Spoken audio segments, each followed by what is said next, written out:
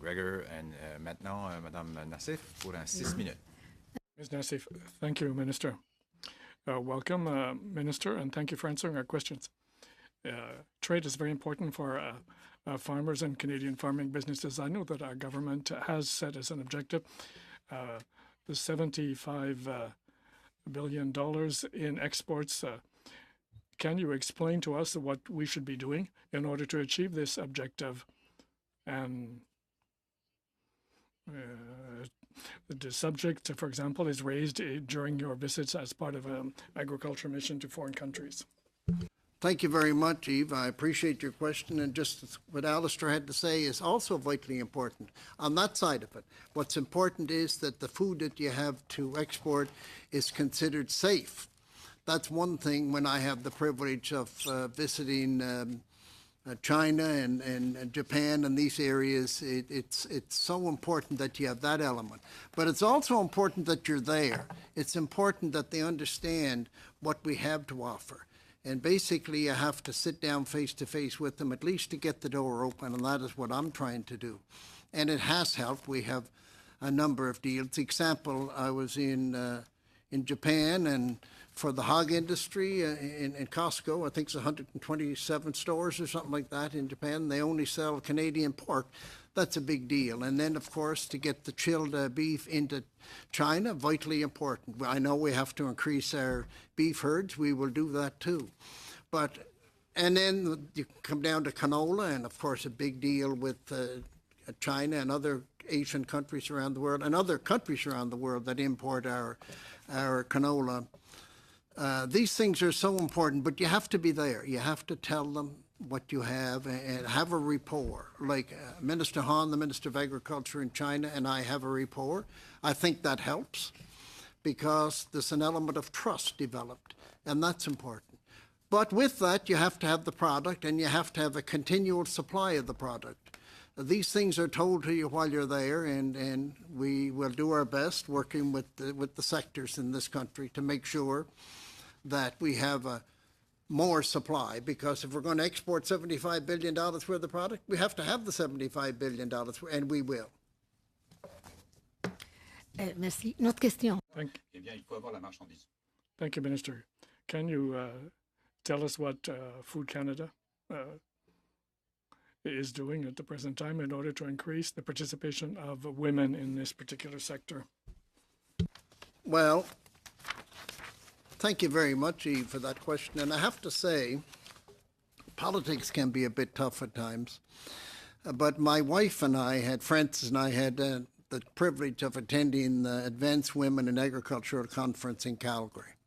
What an experience that was. You know, we sat on the stage for about 45 minutes and took questions back and forth.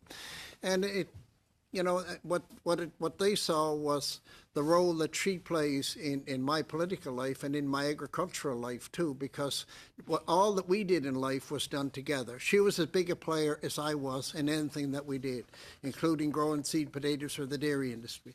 And we had about 400 women who were very interested in becoming involved in the agricultural sector in that room. And they asked all kinds of questions, and we had conversations after. That kind of thing is so important.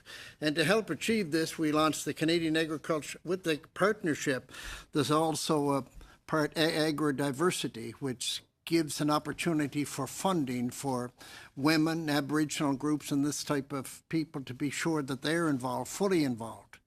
Because in my sector, my wife could drive a 16-wheeler or a combine. She could do the books, and she could sit down and have a fancy meal too. So that's simply how it is. We're all the same, and that's what we have to make sure that society understands.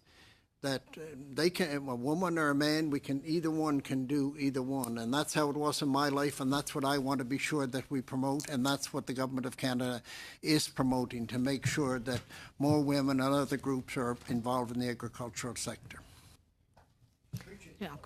Je pense j'ai encore une minute et demie. I think that I have a minute and a half left. On the 1st of April, Canadian Partnership for Agriculture came into existence. Can you tell us about the 5-year framework and the number of programs that were put into effect, what has been achieved so far, and can you relate this to the superclusters? Well, of course, the supercluster is fabulous, as we all know. It gives the protein sector, and as I mentioned, lentils, which of course is a difficulty at the moment in moving these products.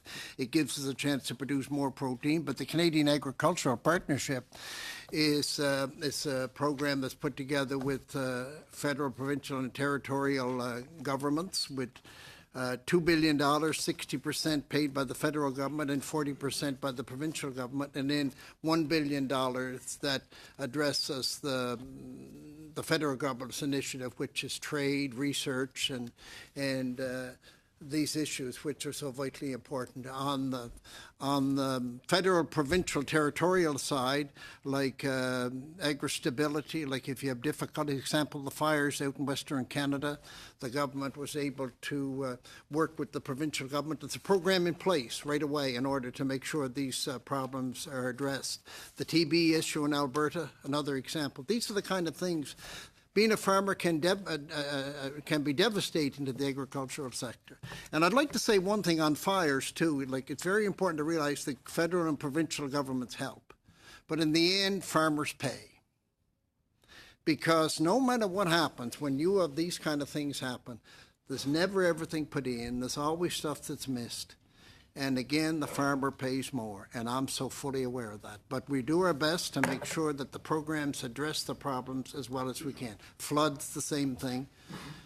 Innovation, it covers a whole gamut of issues that are so vitally important to the agricultural sector. Thank you, Minister McCauley. Merci, Madame Nassif. Et maintenant, Monsieur Breton, pour 6